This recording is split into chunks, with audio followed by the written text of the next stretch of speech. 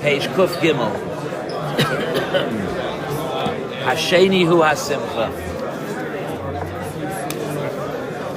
The second part of Avas Hashem is Simcha. Simcha is a big avodah. Simcha is a very, very big avodah, and it's not to be confused with fun.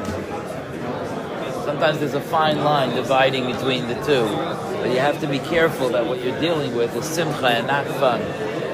Fun could be a very useful thing, but it's not a madrega in avodas Hashem. Like relaxing could be a useful thing. So sometimes it's good to have some fun. It's a break. It's relaxing. It's expansive.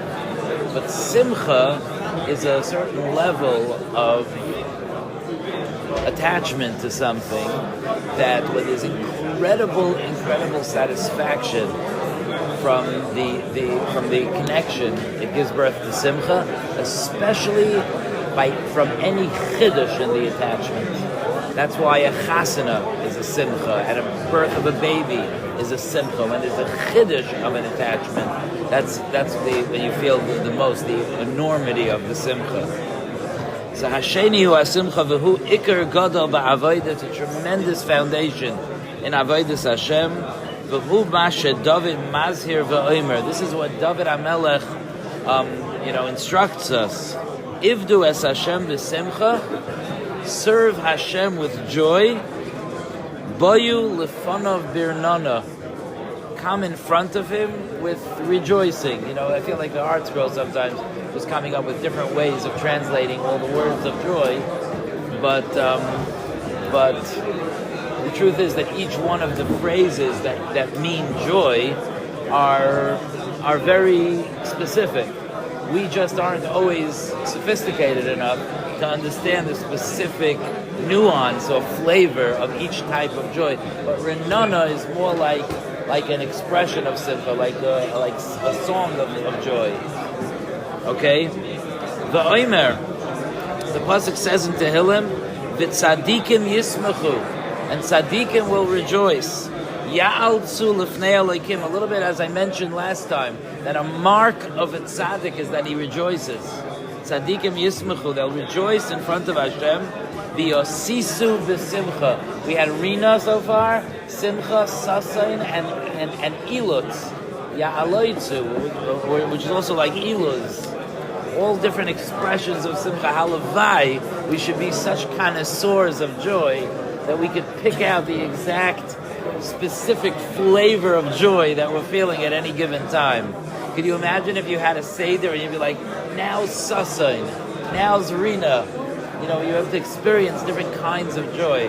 But at least let's get our feet wet here on the sugya of Simcha. The Omru Zechrein, Rabbi Sonnenschein Levracha, and Chazal say, Ein hashchina shayra ela mitaych simcha shel mitzvah. The shchina is shayra. A person has a closeness to the Rabbeinu Shalom through the joy of a mitzvah, simcha shel mitzvah. Okay, now this is his introduction. Now we'll get a little bit further into it. The ala pasuk shezacharna l'mayla ivdu es Hashem b'simcha amru b'medrash. Chazal say in the medrash on this pasuk of ivdu es Hashem b'simcha. Omer Reb Ivo says, "Kishatia oimed lehispalel yehi libcha sameach olecha she'ata mispalel lelokim she'ein kayotze boy." You get up to daven, you should feel incredible joy that you're davening to a king that there's no one like him.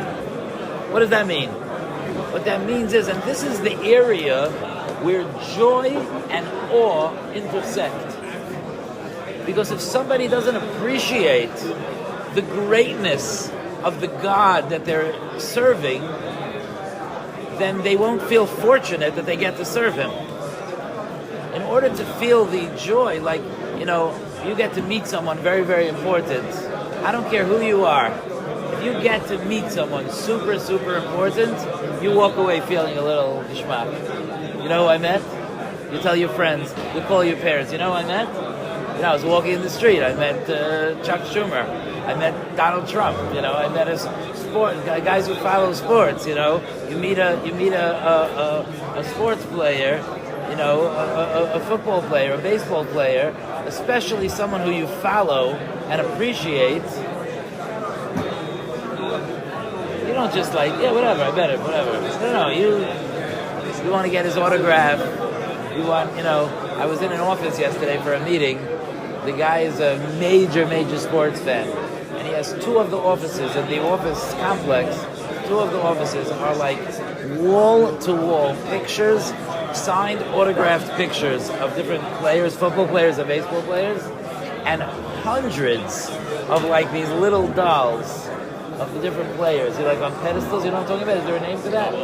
I don't know if they were mamish bobbleheads. I'm a big bobblehead fan, but something like that, But when I say hundreds, I am not exaggerating, okay?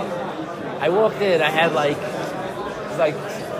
the meeting wasn't in there, thank goodness, but it would have been a little distracting. Okay? We can talk about that. Let's take it down a notch. I don't know about the Zara. But that's what I've heard. But the point that I'm making is if you meet someone like that, an actor, if there's an actor, a famous actor, you meet someone like that, you're like, hey, I met. We don't even know why. It's just like this idea that you connected with someone who millions of people know. There's some, imagine you're flying somewhere and the seat next to you is a famous actor. It won't happen, because that guy will be sitting in the front. But it's just a famous actor. Or in our world, how we feel if we meet various Gedolim. Various, great famous Gedolim, I sat next to, I met, I schmoozed with. Why do we do that? Because when someone is powerful or big or talented and millions of people or thousands of people know him and connect with him, there's some kind of sense of joy that you got a minute of his time because of how great the person is. If you met a random guy at a barber shop and you spoke to him for a few minutes, you're not going to come home and tell your sister, hey, you'll never guess who I met in the barber shop. You know how a plumber who comes to fix the toilet sometimes? He was at the barber. I spoke to him. I got his autograph. You're not going to do that because he's not such a great person. And therefore, since the world doesn't look at him as such a great person, it's not so much joy that you got to meet him. Now imagine that you met a melech. Imagine you met a king, a president, a king, a ruler. There's joy. You can't deny it. There's joy in it from the fact, who I met? I got the schmoozer. It was me and Donald Trump. We were in the waiting room together. We were just shooting the breeze. You can be an anti-Trump guy and you'll walk around telling everyone that you spend time with him. Because you know who I spend time with? HaKadosh Baruch Hu is the King of Kings. He's running the world. The world is not this little small thing. It's the world. Hashem is running the world. That means the universe. That means that there are constellations that are further away that eyes have never seen. That we're just starting to get the signals because of the speed of light. We're just starting to be able to see them. And the Rabbi Sonnenschein is running this entire universe. And there's a micro universe. There are atoms, and there are parts of atoms, and there are parts of the parts of atoms. And the Rabbi Sonnenschein is running this whole world, and there's the living world, and there are animals, and there's a system, and there's a cycle of life. And it's going on multiple continents and deep in the oceans. And then there are countries. There are wars going on. There are leaders. There are things. Imagine all the areas in your life that HaKadosh Baruch Hu is running piece by piece, and times that by 7.5 billion people. And when you daven, you don't have to. I spoke about this a little Friday night. You don't have to go and knock on the door and ask the Malach if you could please speak to God. You do not have to do that. Yonatan, I was spying on you davening before.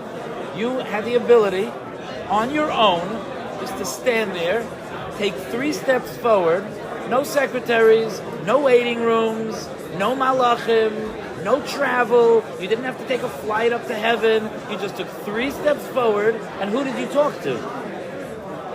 You spoke to the creator of the world.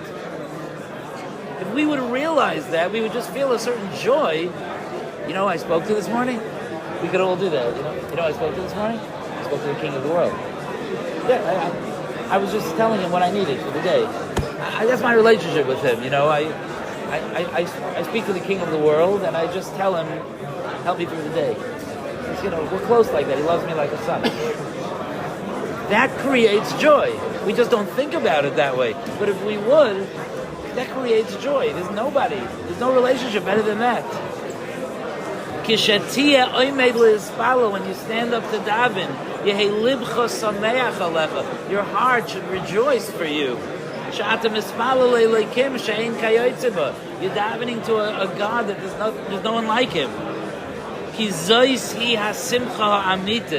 That is true joy. That the heart of a person feels this like dancing kind of simcha.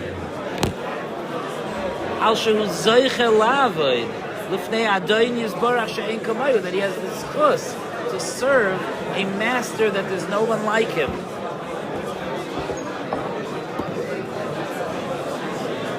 You know, like, I don't know if you know people like this, but I do. You know, like, what do you do for a living? I'm an accountant. I work for Google. Right? People like to just like, I work for Google, whatever. I think I'll stay there for now. Whatever. The people like it, you know who I work for. And we work for the Melech Malchei Amlachim HaKadosh Baruch Hu. That's what we work for. That's what you're responsible to. It's mind-blowing. In fact, the reason why your hearts don't burst from joy when you think about it is because it's almost too big of a thought to process. It's almost too big to process. Like you're hearing me say it, but it's hard to really process. Like, really, the king of the world. That's not a phrase, that's a thing. It's hard to process. And not just that, you could learn his Torah. The Torah of Hashem is the most intimate connection you can have with Hashem. The lasik v'Torah, you get to learn his Torah. U'mitzvaysav, and to do his mitzvahs. Sheheim hashleimus ha'amiti, there is no greater perfection. V'hayikar hanitzchi, and there's no greater honor. Something to think about. A little bit of pride.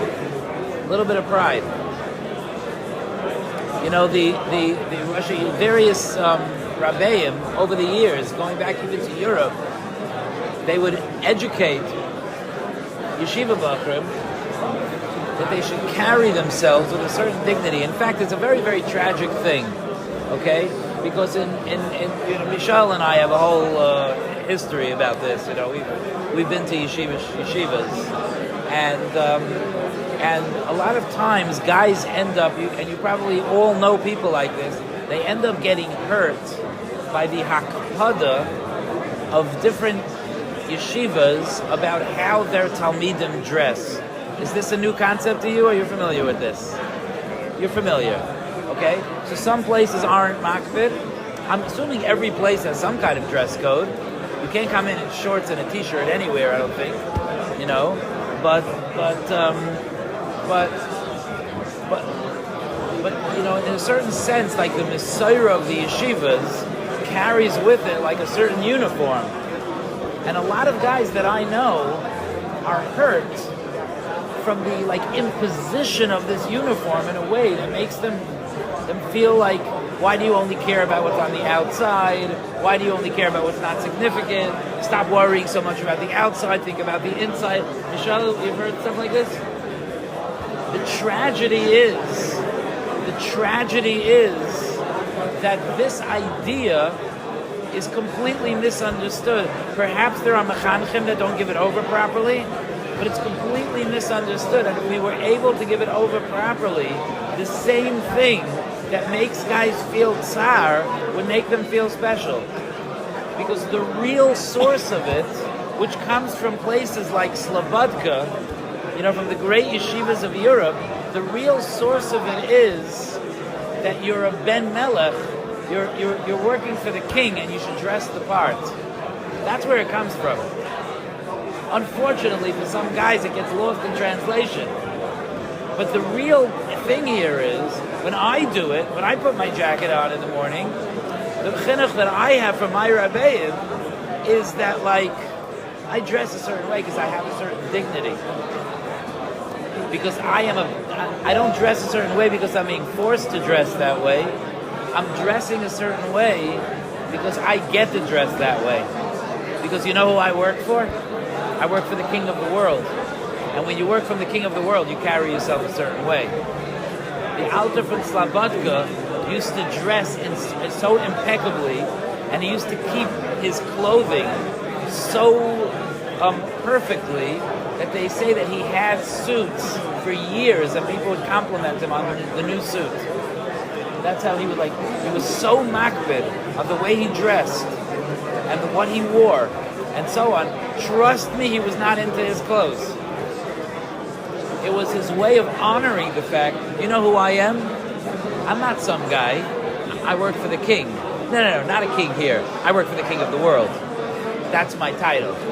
Okay? I'm going to carry myself a certain way. And could you imagine if we would transform, however we dress, I'm not getting into that, I don't care so much about that, but if we would transform the concept to ourselves, that I'm presenting myself a certain way, I'm dressing a certain way, I'm taking care of myself a certain way. I need to look good. I can't be falling apart. You know why I need to look good? Not because I'm a Baal Gaiva, and not because it's all about me, and not because I'm into physical looks. I need to look good because I'm a soldier of the king. The soldiers of the king have to look good. I have to carry myself a certain way. Can you imagine if we walk around that way? Head held high, straight back. You know who I am? That's the emes.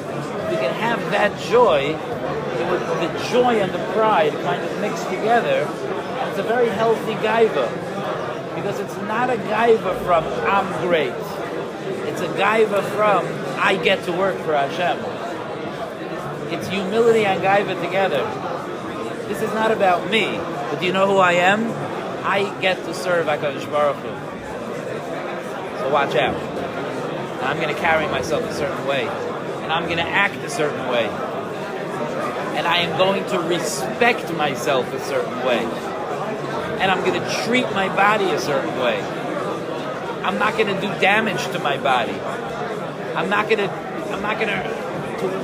walk around in something that's not appropriate. And when I say that, don't think for a minute that I'm talking about what color your jacket is.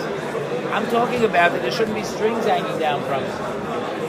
I'm talking about that it shouldn't be stained. You can't walk around in a stained shirt. Who do you work for? Okay? If you worked for, no offense to him, but if you worked for Jonathan, who runs the building, you can wear a stained shirt. But if you work for the king of the world, make sure you wear a clean shirt. You carry yourself. Imagine there are people saying, I work for Google like that. And we're like, yeah, I work for the king of the world. Whatever, no big deal, but the king of the world, whatever. Yeah, I speak to him a couple of times a day. You do? Yeah, a couple of times a day I speak to him. I thank him, I ask him, what? It's not a one-way conversation. We speak to Hashem through our davening, we hear Hashem through our learning.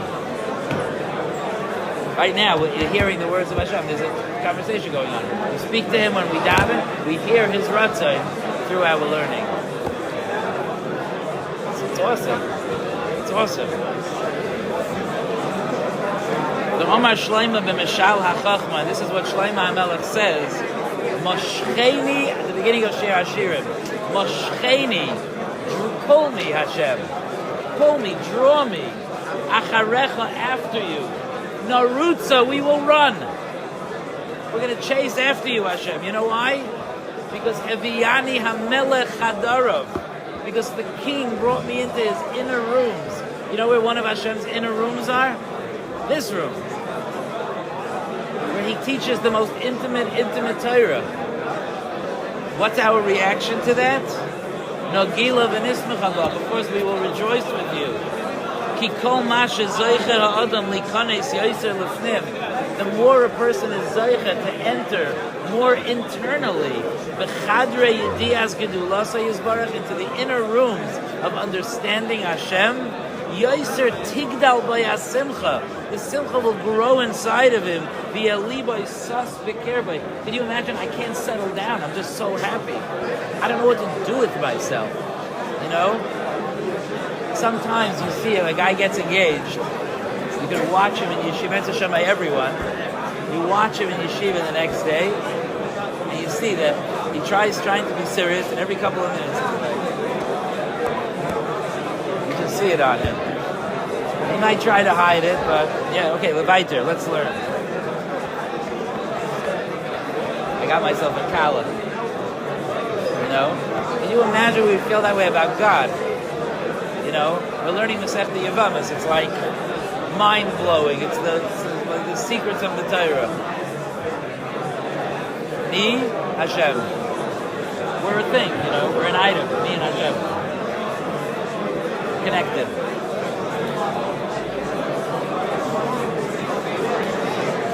The Omer, the Pasuk says, Yismach Yisrael, I'll end with this, we'll continue tomorrow, B'li Neder.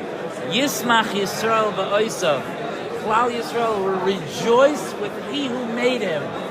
What who made you? B'nei Tzion, children of Tzion, children of Yerushalayim. Yogilu b'malkam, they'll rejoice with their king. So Rabbi say, let's go rejoice with our king.